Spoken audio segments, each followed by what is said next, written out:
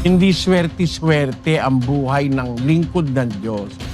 Meron tayong life pattern na gusto ng Diyos sundan natin.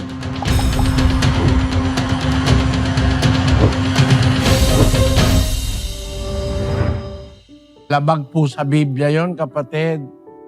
Ang mga lingkod ng Diyos hindi nabubuhay by chance.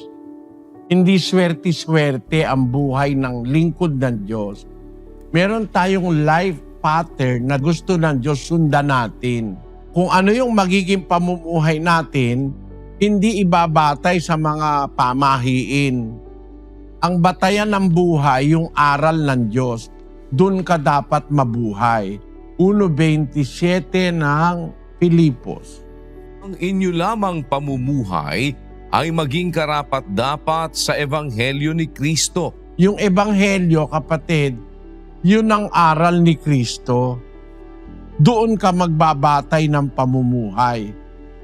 Kung paano ka dapat maghanap buhay, kung paano ka dapat kumain, lahat ng ginagawa ng taong buhay.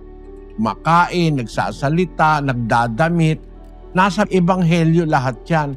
Pati nga ang pananamit nasa Ebanghelyo. Lalo na sa babae, sabi doon sa 2 ng unang Timoteo, ang mga babae gagayak ng mahinhing damit. So pati sa pananamit, merong batas ang Diyos sa Ebanghelyo. Pati sa pagkain, gaya nung sinasabi sa Roma 14, versikulo 23, ang sabi doon, ang nag-aalinlangan hinahatulan kung kumakain, sapagkat hindi siya kumakain sa pananampalataya. At anumang hindi sa pananampalataya, kasalanan.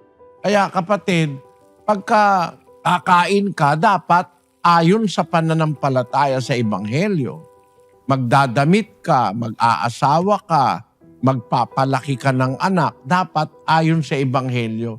Yun ang pamumuhay Kristiyano. Bawal sa atin ang maniwala sa pamahiin.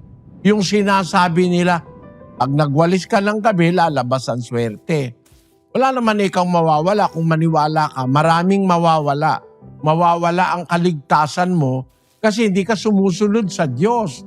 Basahin natin ang Deuteronomio, Kapitulo 18, versikulo 10. Huwag makakasumpong sa iyo ng sinumang nagpaparaan sa apoy ng kaniyang anak na lalaki o babae, o nanghuhula, o nagmamasid ng mga pamahiin, o engkantador, o manggagaway.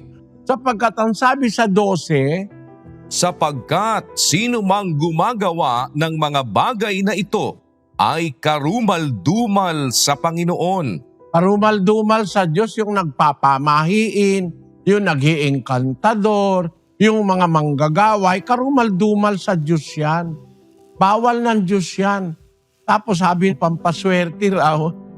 Hindi ako naniniwala ron, di totoo yun, kapatid.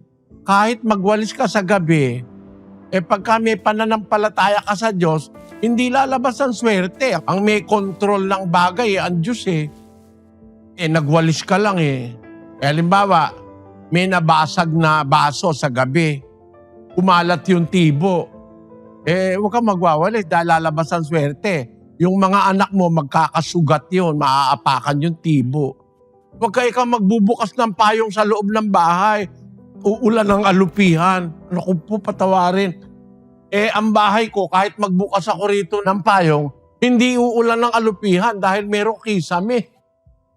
Saan manggagaling ang alupihan? Pero hindi totoo yun. Pag may kasama kang Diyos sa buhay, kapatid, ang Diyos ang bahala sa'yo. Hindi ka niya papabayaan. Basta meron kang pananampalataya.